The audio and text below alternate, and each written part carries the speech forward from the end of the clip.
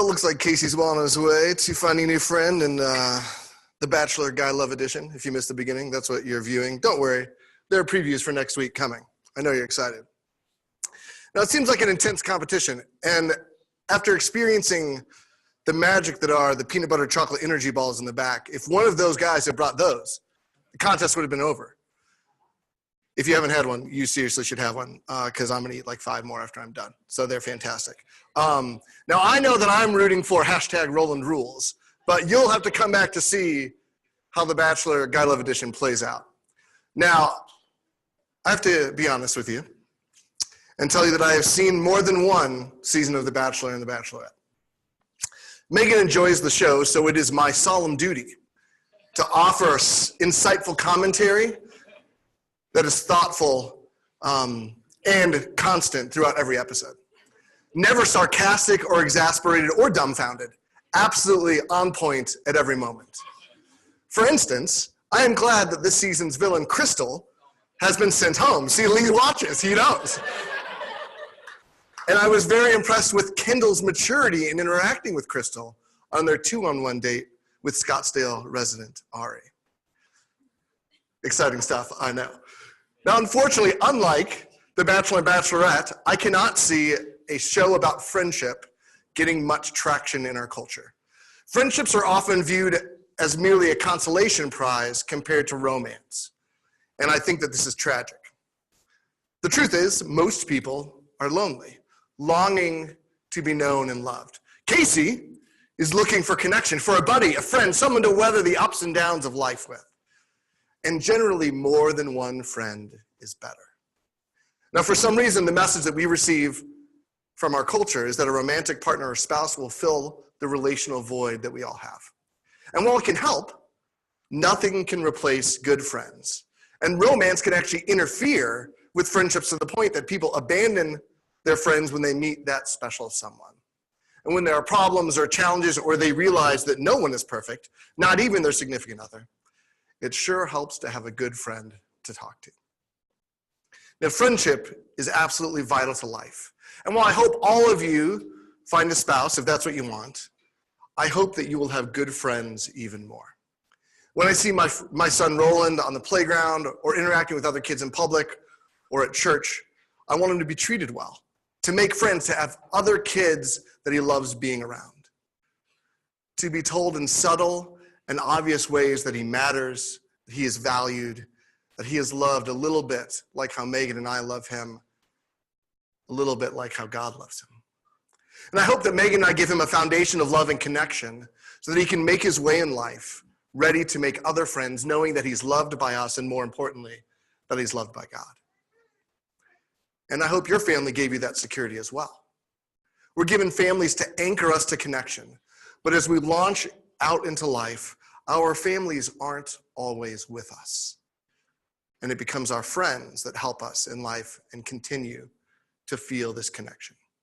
Now, the Journal of Happiness Studies, which is exactly what it sounds like, studies happiness, there's a journal, it makes it clear that the one area that differentiates consistently happier people from less happy people is the presence of rich, deep, joy-producing, life-changing, meaningful relationships.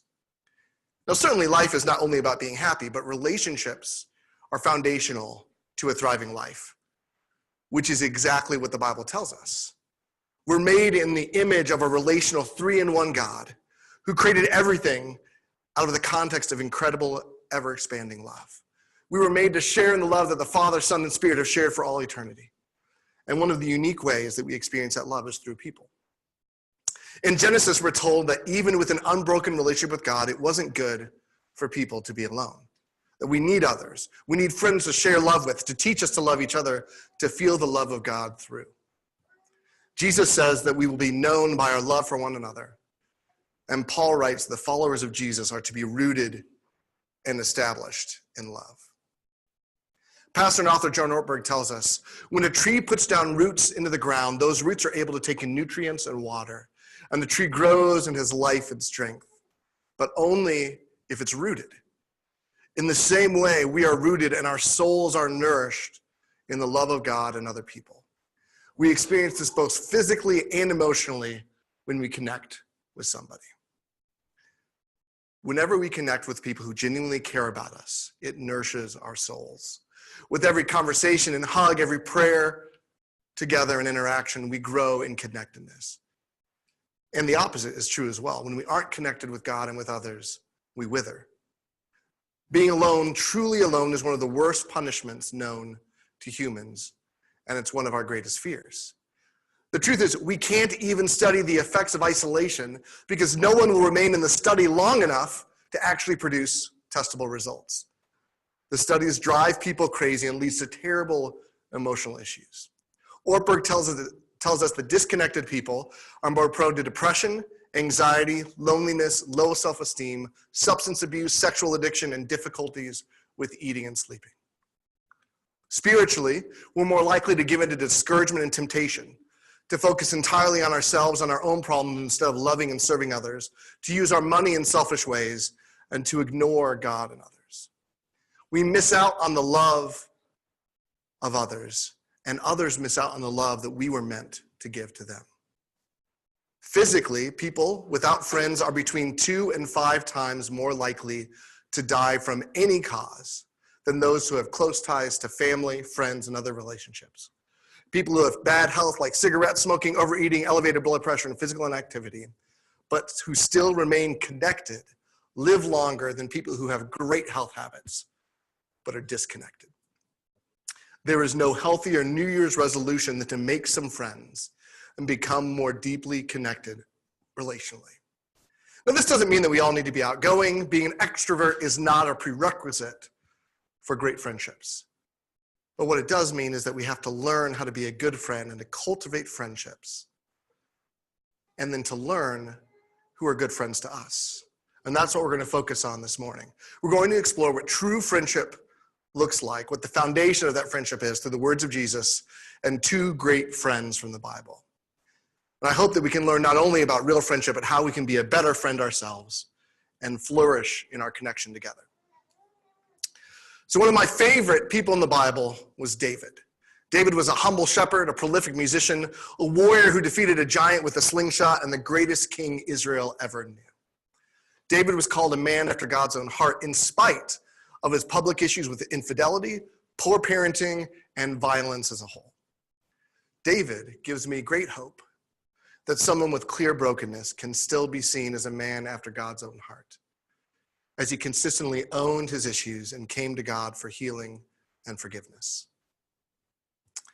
David was also a great friend. He was one part of a great dynamic duo that rivaled Timon and Pumbaa, Lilo and Stitch, Batman and Robin, and even Chris Bryant and Anthony Rizzo, affectionately known as Brizzo to all Cubs fans. Sorry, I had to work the Cubs in somehow. This biblical duo topped them all. David and Jonathan, a musical shepherd and the son of David's predecessor, King Saul. They were known as Jonad or Davathan, I don't know, or maybe they weren't, but they were as inseparable as brothers, and we can learn a lot about friendship from them. So let's start at the beginning. How did a shepherd like David meet a prince like Jonathan in the first place? It doesn't seem like on the surface this friendship should have ever happened. Jonathan's father provides the context. King Saul was a tormented man, and one of the only things that could help him was music. Music soothed his distressed spirit, and conveniently, David was a musician known to one of Saul's advisors. Specifically, the advisor said this in 1 Samuel 16:18. One of Jesse's sons from Bethlehem is a talented harp player.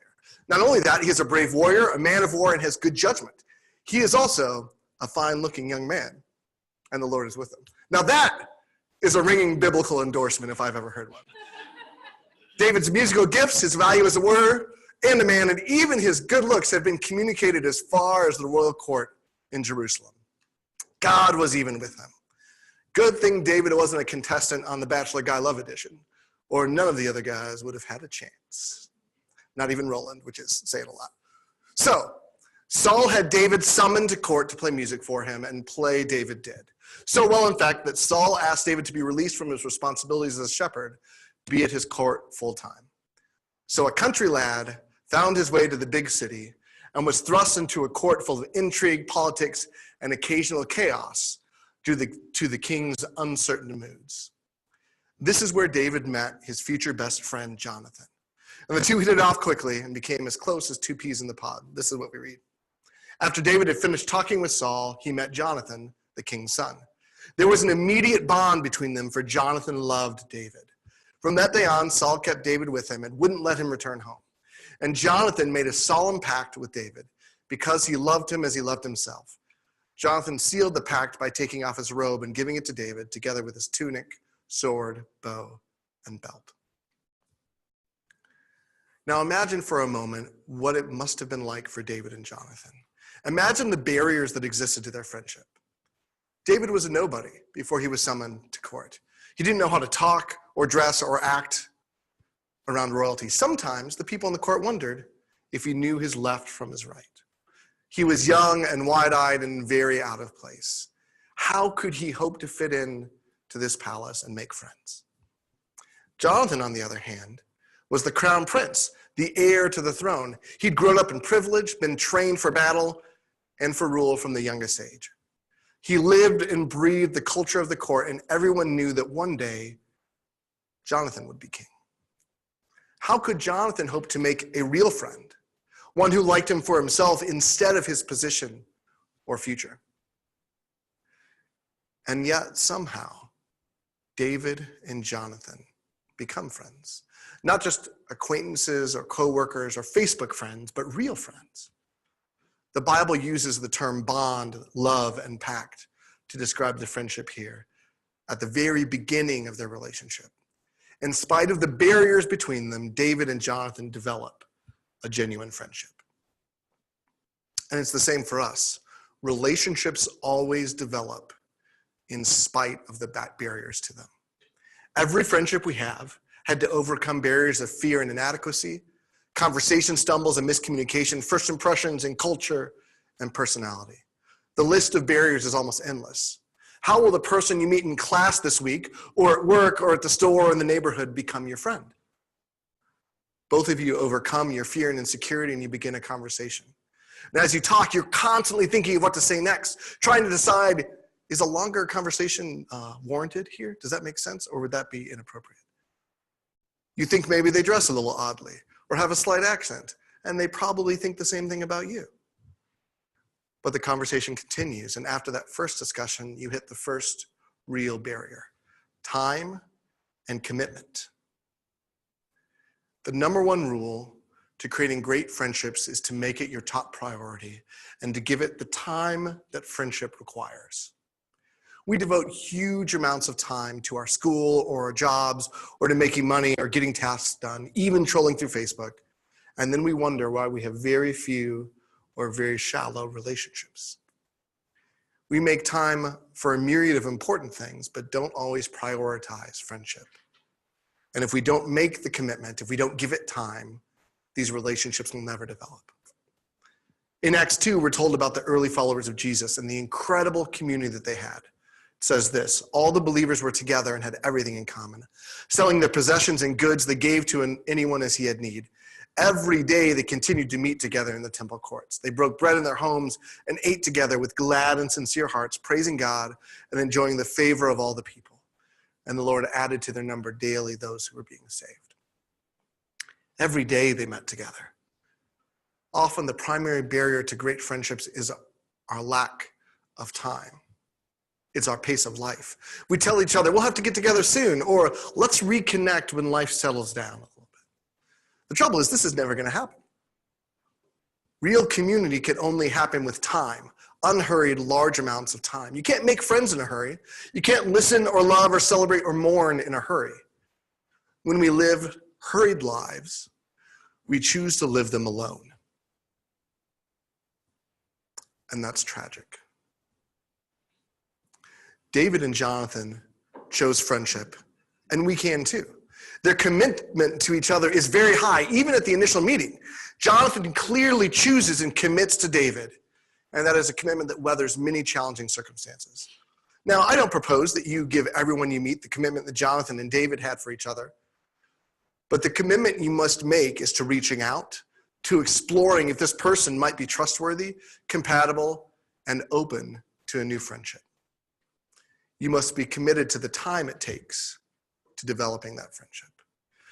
Now, I remember when I was a freshman at the self-styled Harvard of the Midwest, that is Truman State University, Truman was in a small town in northeast Missouri that was 6 hours from my home in the Chicago suburbs. And when I got there, I knew no one. I showed up with all my stuff, my family helped me move in, and then they left me in a dorm with a bunch of strangers. And with a roommate who was questionable at best and left his cans of tobacco spit scattered around our room. Real story. I was very much alone, and I had a decision to make. I could begin to engage with people. I could little by little meet others and explore if the roots of friendship could really develop with someone in my hall or in class or at church maybe. I could overcome the fear and discomfort, or I could stay lonely. And I did not want to be alone. So I engaged, and it was really hard. Developing new friendships is not easy. You don't have this instant intimacy and connectedness with people you've just met. That comes with time, with relational history, and a consistent commitment to each other. I think my freshman year was the loneliest year of my life. I had left a home where I had a huge group of friends and deep relationships that had been formed over years. And even the new people I met who seemed nice paled in comparison to my friends back home. But I committed myself and I gave it time. And after a while, I just started to develop real friendships. It took pursuing the little things like lunch together or hanging out on a Saturday night or even a school night, because you're in college. Who cares whether it's school night? Come on, that's mom talk. We'd go see a movie together. We'd serve in church or the community together. Many small instances of building on each other over time. And many of those people that I met during that time are still my friends today. The friends I made in college are some of the best friends I have in the world because of the time and commitment we had to the relationship and the unique experience that college is. And some of those friends I made are in this room almost 20 years later. And the same thing can happen to you. Whether you are a freshman or a parent, a high schooler or a grandmother, friendship is available if you make the time and commitment to it. Jonathan, if you notice at their meeting, made a commitment to pursuing David immediately. At their meeting, Jonathan did this really unique thing. In verse 4, it says that Jonathan sealed the pact by taking off his robe and giving it to David together with his tunic, sword, bow, and belt. And it's interesting in this scene that it's Jonathan who moved towards David and not the other way around. And he gave David some items as a visible representation of his commitment to him. This was a common way of sealing a pact, but Jonathan went above and beyond that. In fact, like in Ruth, we see Boaz and his relative sealing a transaction by taking off a sandal and giving it to the other man. But here, Jonathan does way more than a sandal. What's he doing here? Well, we have a really unique situation where there's an extreme inequality in these men's stations. We have a prince, the crown prince of the kingdom, and a shepherd. And in order for true friendship to occur in this sort of situation, a leveling of the field has to occur. Jonathan decided that he was going to be friends with David in a way that this shepherd boy had no way of doing. David may have wanted to be friends. He may have wanted to be friends with Jonathan, but the prince didn't have to reciprocate. Who was this guy? He was just a shepherd. But Jonathan chose to be David's friend and showed his commitment by giving him gifts and elevating him. Because real friendship is not about power or prestige or position, but about humility and equality and mutuality. Jonathan removes his trapping of privilege and gives them to David, in effect humbling himself while elevating David. And it is a beautiful picture of friendship. So the question for us, when was the last time that you humbled yourself and elevated a friend? When were you last generous towards someone? And when did someone do that for you? Because these are marks of real friendship. What can we do to be committed to friendships this week? How can you make the time and commitment? Now, one of the best ways that I know is to share meals together. Everyone needs to eat, and man, it's better to do that together. In fact, Acts tells us that the early church broke bread together daily. Grab a meal with someone this week that you'd like to get to know, or you want to reconnect with. Be intentional about it and initiate not just once, but again and again. And the truth is, a real friend will initiate with you as well. But if we wait for others to initiate, we may be waiting a long time. And it's possible that someone's waiting for you the same way you might be waiting for them. Choose that you will risk by reaching out, and know that this is how friendships develop over time, through commitment. Jonathan chose to commit to David, and he gave David many gifts to show his affection. And when you have a good friend, you let them know that you appreciate them. You encourage them. When you see something that reminds you of them, you send them a note, or maybe you even buy them a gift. These small acts will build over time in the right context. Time and commitment is the first foundation of true friendship. Now, there's more to David's and Jonathan's story, and the stakes get raised in their story very quickly. David rises in the court and in the eyes of the nation from obscurity to fame after his defeat of the giant Goliath. He becomes a national hero, and King Saul, never all that stable to begin with, becomes increasingly jealous of the shepherd boy in his court. So jealous that he tries to have David killed. So how would his friend Jonathan react to this? 1 Samuel 19. Saul now urged his servants and his son Jonathan to assassinate David. But Jonathan, because of his strong affection for David, told him what his father is planning. Tomorrow morning, he warned him, which is David, you must find a hiding place out in the fields. I'll go ask my father to go out there with me, and I'll talk to him about you. Then I'll tell you everything I can find out. The next morning, Jonathan spoke with his father about David, saying many good things about him. The king must not sin against his servant David, Jonathan said. He's never done anything to harm you. He has always helped you in any way he could. Have you forgotten about the time he risked his life to kill the Philistine giant and how the Lord brought a great victory to all of Israel as a result? You were certainly happy about it then. Why should you murder an innocent man like David? There is no reason for it at all. So Saul listened to Jonathan and vowed, as surely as the Lord lives, David will not be killed. And afterward, Jonathan called David and told him what had happened. Then he brought David to Saul, and David served in the court as before. So the most powerful man in David and Jonathan's world wants David dead. But instead of following orders from the king or bowing to pressure, Jonathan sticks up for his friend. He risks his very life to challenge his father. Saul could have easily had his son killed for insubordination. Saul's instability was well known, and if you know much about the history of royal lines in the past, it was not that unusual. And Saul was very clearly jealous of David, even angry. But in the face of all this, Jonathan risks himself for David and teaches us perhaps the most important aspect of true friendship: non-strategic servanthood. You are a friend when you serve someone when there is no benefit to yourself. You care about them even when it is risky and hard. Friends, real friends, are people who have made a commitment to other people that is marked by non-strategic servanthood. Now, unfortunately today, we often confuse friends with friendly people. Now, from time to time, I find myself texting with someone a lot more than I normally would.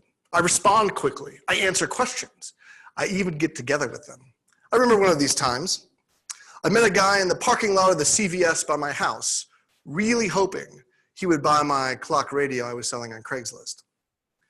Our whole conversation was engaging and interesting. We talked about being from the Midwest, what sort of work we did, how long we'd been in Tucson, even shared some of our hobbies. But at the end of the day, when he decided not to buy my radio because it wouldn't play CDs, our friendship was over. Now, I am a friendly person, but that does not mean that we were friends. In fact, I don't even remember his name. Our society has badly confused friends with friendly people.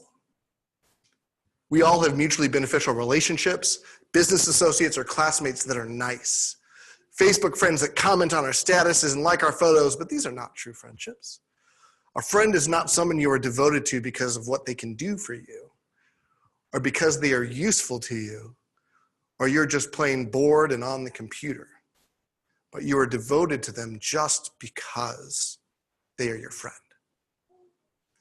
Real community is based on irrational commitment to each other. In great communities, in great churches, people help each other out and go the extra mile without asking the question, what's in it for me? In John 15:13, Jesus described real friendship this way: there is no greater love than to lay down one's life for one's friends. This is what Jesus says real friendship is. And this sort of friendship is marked by non-strategic servanthood. Friendship like David and Jonathan, friendship like Jesus. So the question is, who do you serve and sacrifice for? Even when it doesn't benefit yourself. And who does it for you? This is the second foundation to true friendship. And it is something that we can choose to do. Serve the people that you care about. Give them your time or your skills or your attention. Really listen to them.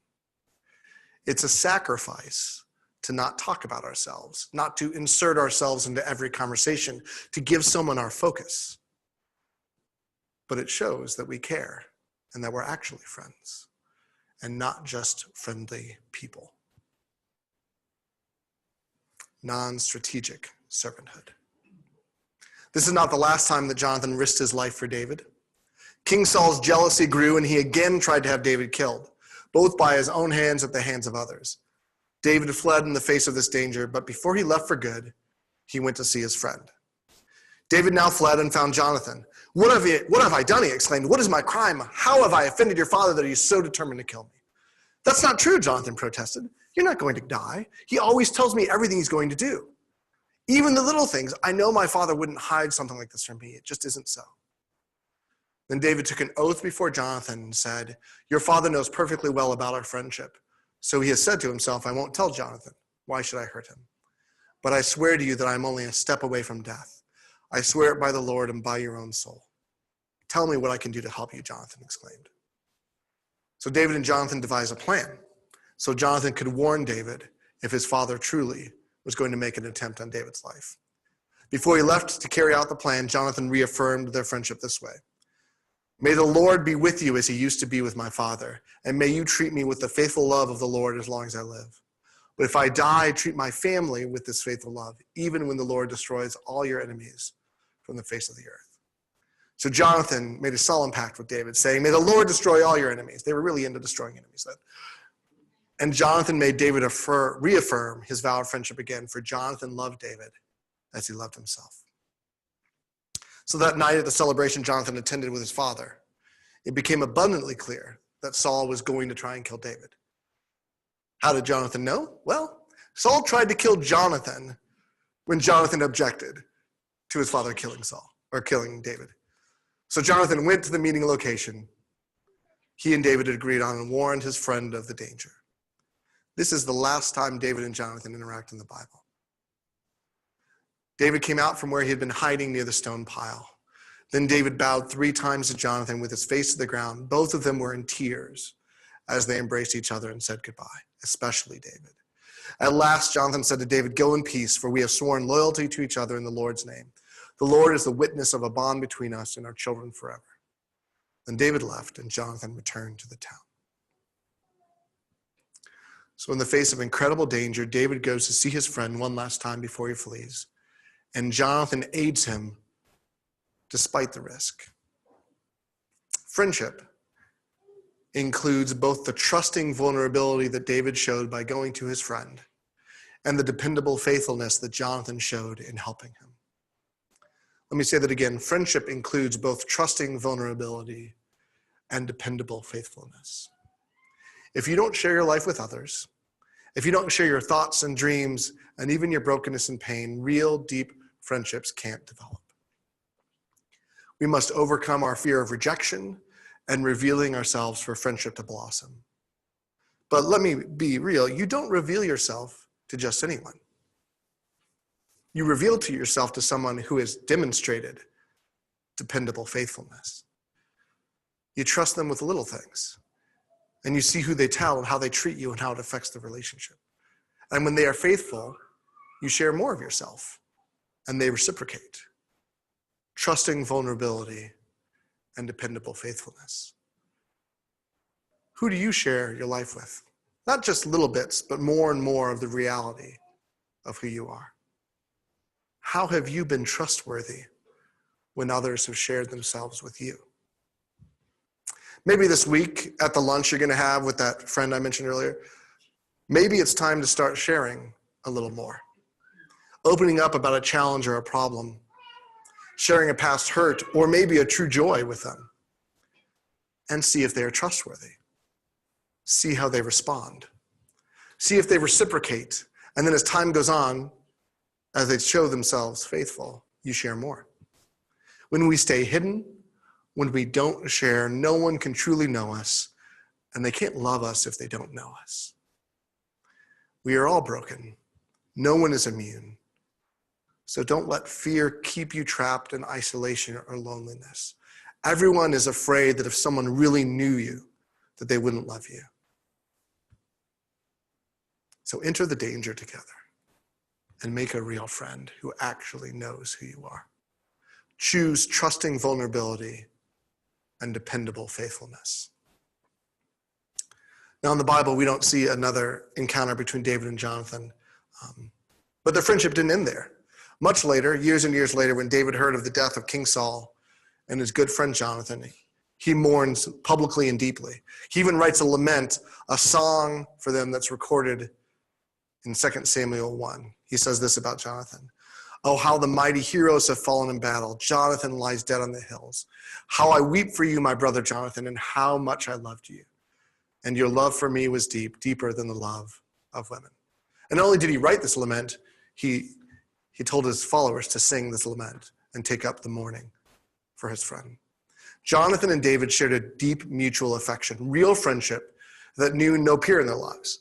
Now, if you know much about David's troubled romantic life, this should not be a surprise that Jonathan was the person that he had the deepest relationship with.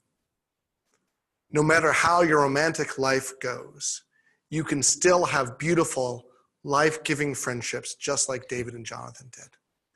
A friendship in spite of circumstance, a friendship that overcomes the barriers to it, a friendship that's marked not just by similar interests or fun, but by trusting vulnerability and dependable faithfulness.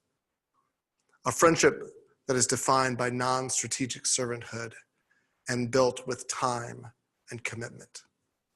Because real friendships don't happen without it. These are the foundations of friendship. Researcher Robert Putnam reminds us of the very real and practical importance of friendship. A rough rule of thumb, he says, if you belong to no groups, but you decide to join one, you cut your risk of dying over the next year in half. So join a group, or die, I guess. I guess that's the other option. It's your choice, but I beg you, start deepening your relationships. Give them the time and the commitment they need. Take a risk and join a small group here at Damascus Road. Go on the spring break trip. Serve at the food bank on Saturday. Do something to start that connection, and then follow up with something outside of the event or group or Sunday morning. What we do at DR as a community is we try and provide the context for friendships to develop. We try to create spaces where you can meet your next great friend and start the journey to friendship that Peyton was talking about in the video. But we can't make anyone your friend. I can't force someone to be your friend, and we can't make you be a friend either. Only you can do that. But when we make that decision, our life is richer, love abounds, and Jesus tells us that our love for one another will be a testament to the world that God is real and that he's transforming people everywhere. Jesus' path when he was on earth was a path of service and sacrifice. And that is how you know if someone is really your friend. Or maybe more importantly, if you are their friend. It happens when people overcome barriers and their fear for friendship. It happens when people reveal themselves and discover a friend who is trustworthy. It happens when people have an irrational commitment to each other expressed in non-strategic servanthood. It happens when people discover a community of loving friends that is hard but so rewarding, and they choose to never live without it again. And that's the kind of community where Jesus is really present. Where 2 or 3 are gathered together in my name, there I am in the midst of them. Let's pray. Heavenly Father, we want to be friends, but we recognize that we have an innate selfishness, that we are self-absorbed, concerned for what's going on in our lives, that we're not great at service, that we're not great at time and commitment, that we're fearful, that if people knew us, they wouldn't care for us, Lord. We need your help to overcome these barriers. Help us to commit in time to developing true, deep friendships, Lord. May this community be one that's seasoned by love and grace and known because of your presence in our midst and the love we have for one another. It's in Jesus' name I pray. Amen.